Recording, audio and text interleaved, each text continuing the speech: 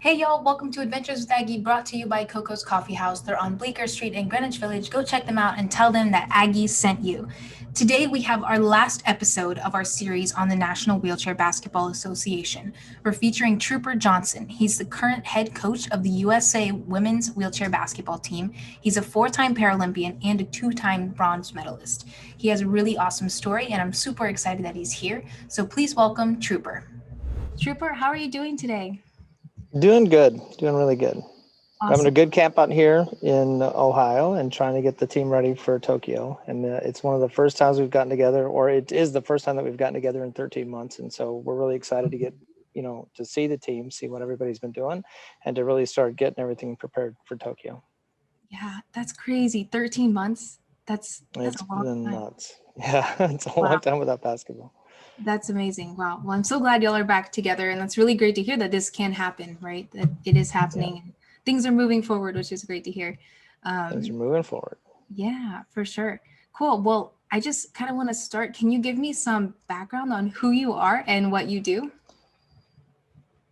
Yeah, so my name is Trooper Johnson. I was injured in a car accident when I was 17 years old, and I was paralyzed. And up until that point, I'd played sports my whole life, except for my senior year in high school. And it was kind of strange because when you're paralyzed, especially I got paralyzed in 1981, and at that time there were not many opportunities for individuals with disabilities to participate in sports. So the only real, opportunities you had was wheelchair basketball, racing, or wheelchair tennis.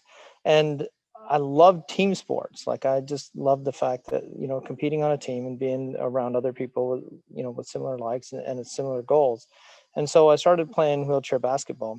And it was kind of strange because I came from a football background, which is a lot more contact. And so I had to learn how to not just like try to, truck everybody every time I was on the court. But I think, the reality is you got involved in a team and started, just playing again, and started, having it be part of my life again.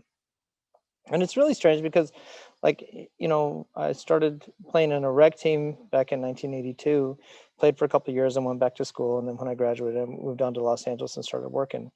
And then all of a sudden, I moved up to the Bay Area the San Francisco Bay Area, and I just started finding myself just like jonesing. I just wanted to play. I'd find myself under streetlights, in the middle of the night, just shooting hoops, and I just wanted to play again. I felt the need to be able to compete, and it was really getting back involved in wheelchair basketball that really kind of gave me this direction in life. I mean, I had a job and I was doing all sorts of stuff, but it's like there was just something about me, like it was just something that I needed as part of my life. And so I got back to playing wheelchair ball, and then I made the national team, and I was on the national team for 15 years, and competed in 4 Paralympic games, and went on. But it was, I think it was just something that I still look at it, and I have this desire to be part of it, and it's given me so much. And the odd thing is like you talk about how basketball, has the ability to save people and stuff. And what's really strange is when you're in the hospital and they're telling you, oh, you can do this and things aren't going to be, any different. You have to figure things out. Uh, you learn certain things, when you're going through rehab, and you learn, I mean, you learn general stuff, right? But it was competing on the team when I was around other people with disabilities, and just like being, as odd as it sounds, being stupid about stuff and getting into trouble and doing things when you realize that, man, it's just life. Like, I'm just back to life. And so it was really something that helped me deal with my disability, understand, that I could still do anything that I wanted to do. It's just that I had to do it sitting down. I had to figure out how to do it, from a wheelchair. But it was really those people, my teammates, along the way, that help guide me through this whole process. That's awesome. You list all of these accomplishments as if it's nothing. Those 15 years, they're nothing.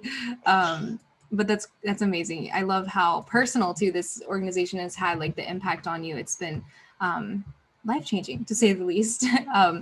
But I guess I kind of want to ask you about what you're saying. Like you're adapting, right? Just you can do everything, but you're sitting down. Yeah. I know that you speak about stereotypes about people in wheelchairs regularly, and wheelchair sport. So I guess what do you say to someone who knows nothing about wheelchair sport or wheelchair basketball in general, and maybe they've never watched a game before. I guess what would you say to them? Uh, don't freak out when a person falls over. That would be the first thing. Like they're not, especially with so just to go on. Once I kind of retired from playing on the national team, I went on to coach, and I coach a junior program, the Bay Area Outreach and Recreation Program in Northern California, and we provide sports, opportunities for kids with disabilities, right? And it's really funny because you have these parents that are bringing kids into the gym for the first time, and that's one of the, in some cases it's their first impression of their kids participating in sport, right? And so you're trying to get the parents to understand the difference of the sport, and the difference between an able-bodied kid playing a sport and a kid with a disability playing a sport. And that first time that their kid falls over in their chair and hits the ground, and you see these parents panicking, and you're telling them, no, you can't come on the court, like, let's just, their teammates are going to get them up and everything's going to be fine. And the realization that they have that their kid didn't just fall down and shatter like a piece of china, and their kid's just all right, and that they can just be a kid and fall down and get back up and play again. And you try to remind them of, like, how many kids on a playground at school fall down every day, and they get back up and they play. And it's just the same thing for kids with disabilities. They're going to have to fall down. If they don't fall down, they never learn how to get back up. They never learn that element of, oh, I'm down, I got to get back up. So I think that's one thing, especially from the parent perspective. But from just somebody viewing the sport, I think that, the reality is, once they go in and they start seeing the sport, especially being played at a high level, they get to enjoy the sport just for the sheer beauty of the sport itself, right? You watch really clean pick and rolls. You watch some great shooting from the outside. You watch these athletes, and eventually you can start watching people just forget about the chair and start watching the athlete. And I think as soon as you start seeing people do that, then they've totally accepted the sport. Definitely, definitely, I agree. I think that I guess seeing the person beyond the chair is something, it takes a second, right? Because if you've never watched it, you've only watched NBA or something like that, it looks different at first. And then I know I was watching the tournament in Tuscaloosa, the college invitational yesterday or last week, and I was like, this is crazy. And I told my team, the Adventures with Aggie team, I was like, y'all, go turn it on. Like, this is your chance. Watch it now. It's crazy. And they were like, this is That's awesome. correct. It just takes, turning on the TV and actually watching it. It's that first like click, right? Yeah, They just need it once and then you're hooked, I think. At least I am. exactly. Awesome. Yeah, exactly. Yeah, and that was a great tournament. And the It University of was. Alabama did a great job with the tournament. They did a great Yeah. job with, with the promotion and marketing, and being able to see the tournament. The visuals from the tournament were amazing. Yeah. And, we had an old kid that I coached, Meet Vagoda, did amazing. And we have two young ladies that are here at the camp today that are on the national, that potentially on the national team moving forward. So, it was really good representation of our sport out there. It really was. It really was. Those ladies are busy, right? Tournament last week and now they're training this week. It's so Oh, awesome. I know. You're just like, man, doesn't stop for them. Never stops. I love it. Um, awesome. Okay, well, you've done a lot with the NWBA in your 15 years on the team. Now you're coaching. So can you tell me a little bit more about the impact that this has had on you personally and professionally? I guess kind of like on the court and off the court. It obviously took you around the world, literally. Yeah. I guess what are some things that you learned about yourself and about your career through your time with the NWBA? Oh, with NWBA, I think that the opportunities exist, right? Like, and that was one thing that it obviously, I had people that looked out for me and guided me when I was young, right? Got me involved in the sport and gave me the opportunity to compete with the sport. And I think that a lot of times you look at the more community level of involvement, and how there's individuals that are trying to get you involved in the sport. But the real, thing that gets overlooked is the huge network of people that are available, and the network of teams. The NWBA, it's the longest running organization for wheelchair basketball. And, the number of teams within the United States provides an opportunity for people to go compete around the country. They develop the junior program, the intercollegiate program, the women's division, different men's divisions.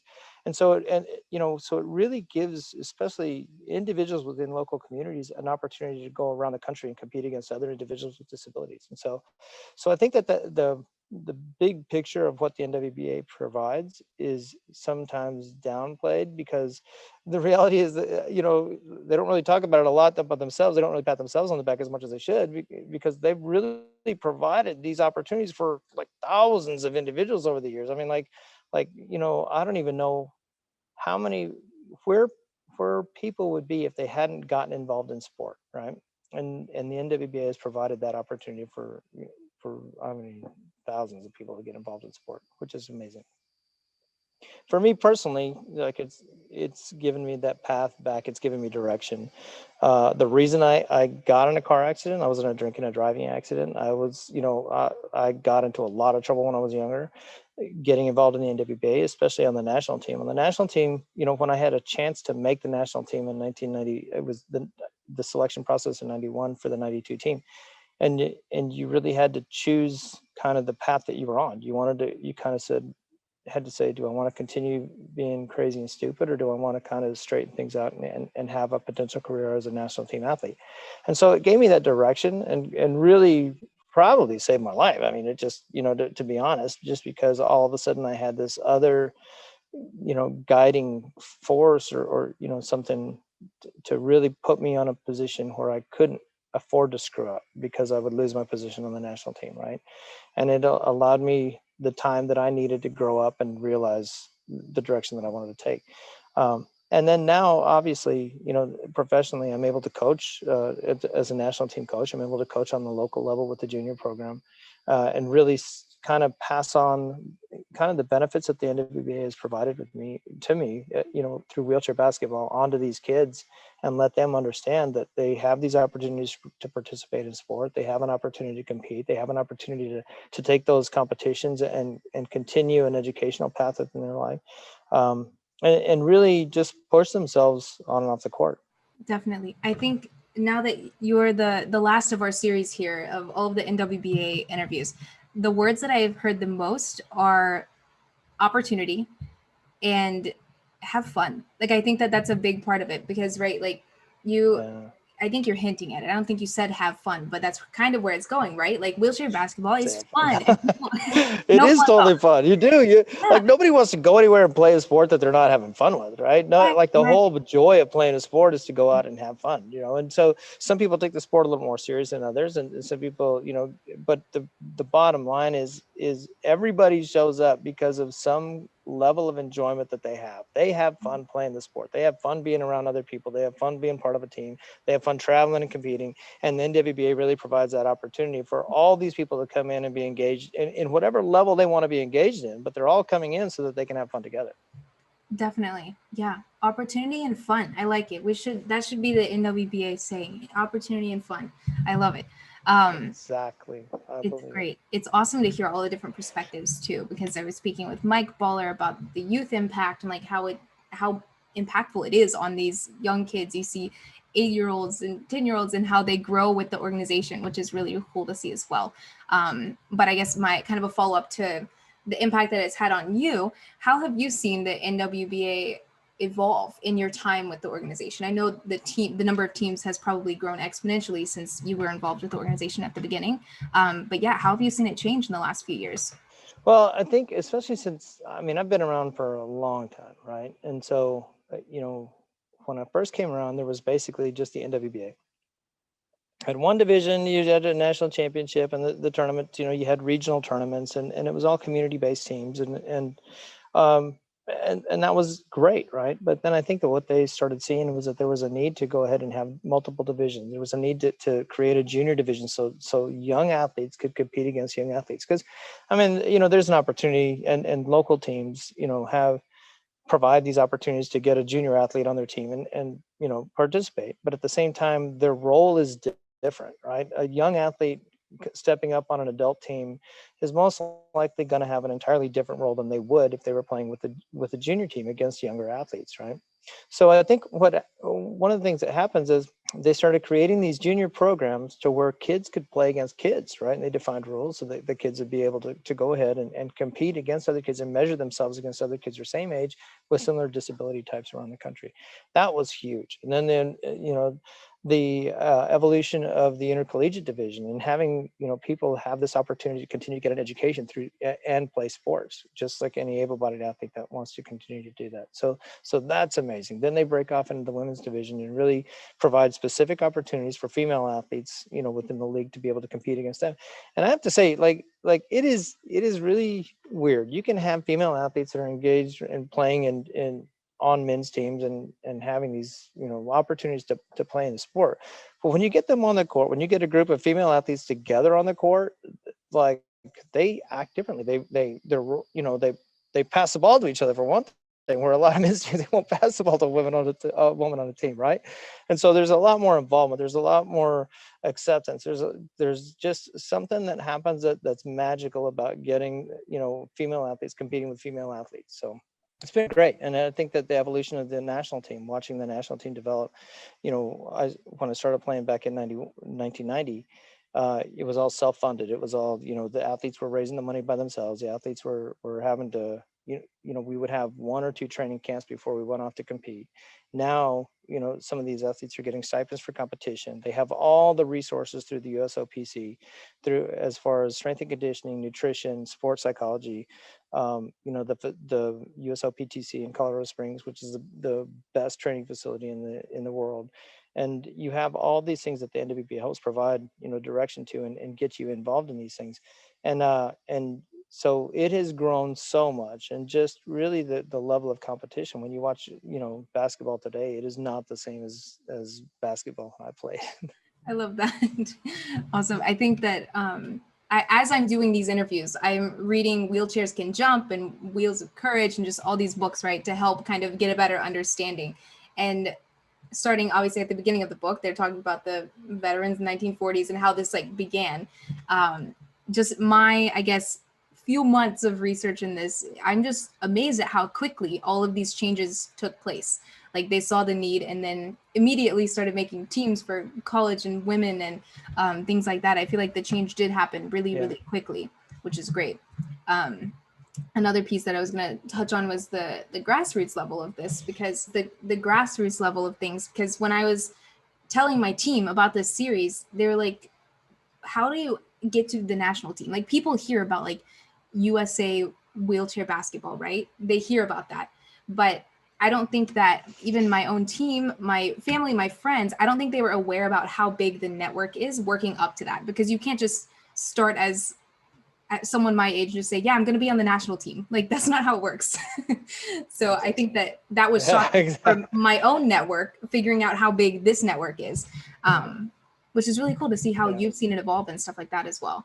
But yeah, it's a lot bigger than. Yeah, it's been interesting, and it's evolved and it continues to evolve. Like, and I think that we're continuing to make changes. Like we're really talking right now on how do we make development opportunities for the next generation of athletes more accessible, so that more people can be involved in national team selection opportunities, national team development opportunities, development for the U23 and U25 teams. Like what other opportunities can we create so that more people get engaged in that national team level of development? Definitely. Perfect lead in to my next question. I know y'all are training right now, as you mentioned at the beginning.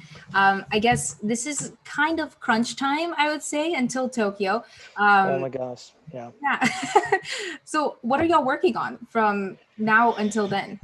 Oh man, it's kind of interesting. I think part of the stuff that we're working on, to be honest, is really breaking everything down to the basics. We haven't seen the team for 13 months, like I mentioned. And for some people, they've had really limited access to gym time or opportunities to get in and be on a court, and especially being on a court with other people, right? So if they've been able to get in a court and shoot, that doesn't necessarily mean they've been getting on a court to play, right? And so we want to break down, just get back to the fundamentals and build back up. The other thing that we really want to do is take the opportunity to learn about some of the technology that's available to us, and through the video technology and film, research opportunities to look at film and engage the team in how they monitor film, so that when we leave these camps, they can go back and we can still train, remotely.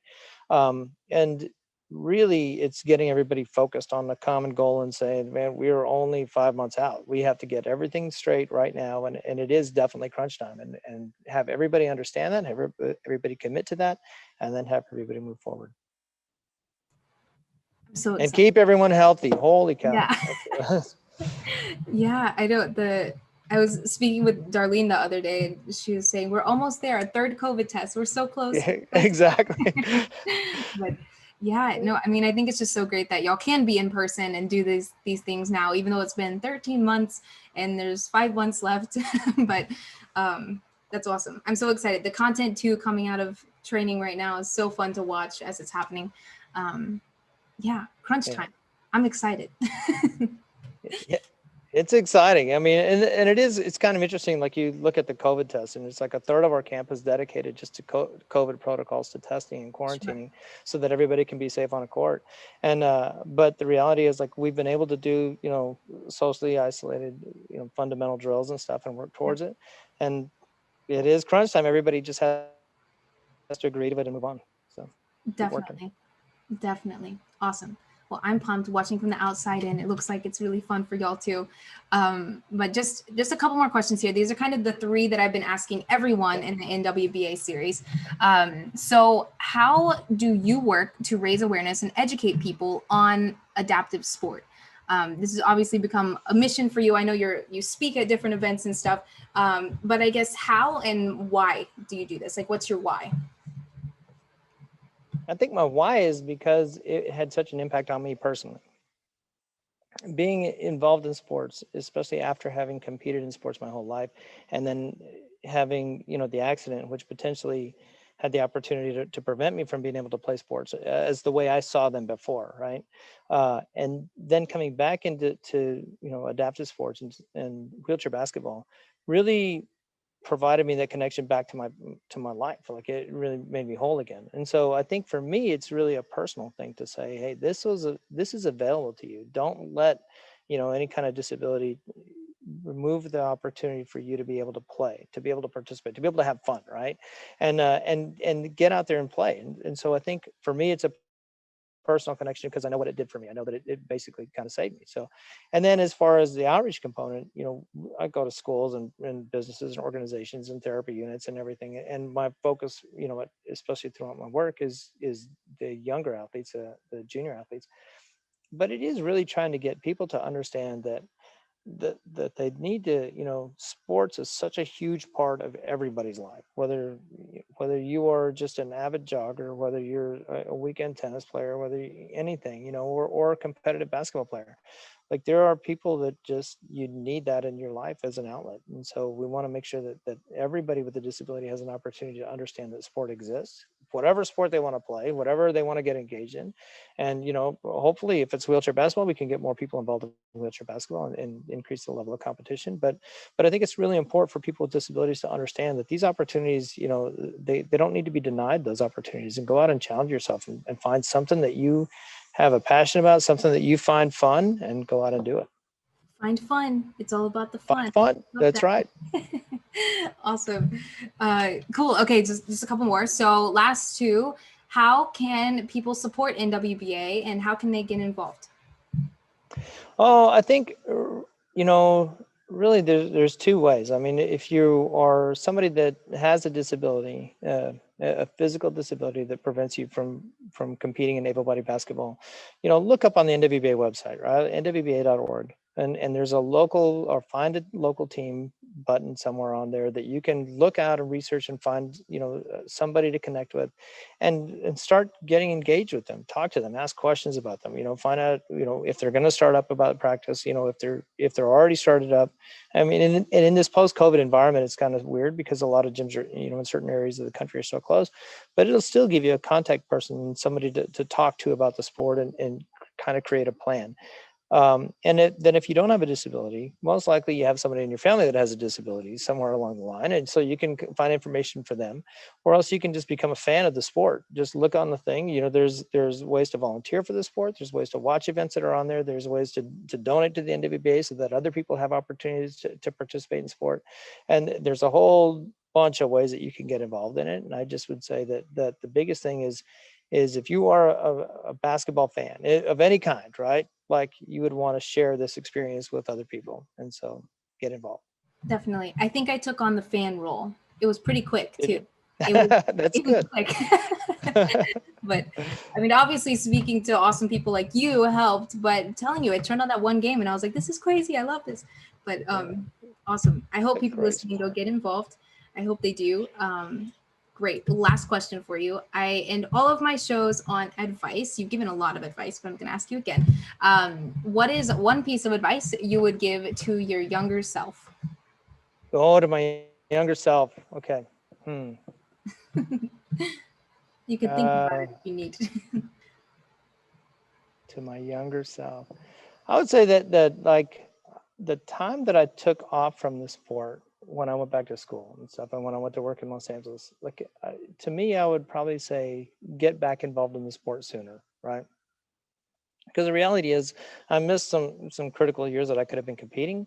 I probably needed to do a little bit of growing up, so it was probably a good thing that I took some time away from it. But at the same time, you know, I do think that there would have been a little bit more of an opportunity to compete more. Um, and that's it. I mean, I just wish I would have been more involved in the sport over time. So Awesome. Another call to get involved. I love it. I hope yep. that people listen and they do get involved. But Trooper, thank you so much. This has been amazing. And I really appreciate you taking some time out of your week of training to speak with me on the show. No problem. Thank you very much for having me. Trooper, thank you so much for coming on the show. And that's a wrap on our series on the National Wheelchair Basketball Association. Please get involved and check them out, nwba.org, to support if you've been interested in the last series that we've had the last few weeks. Thank you so much to everybody who participated and allowed me to interview them. And please go support and get involved.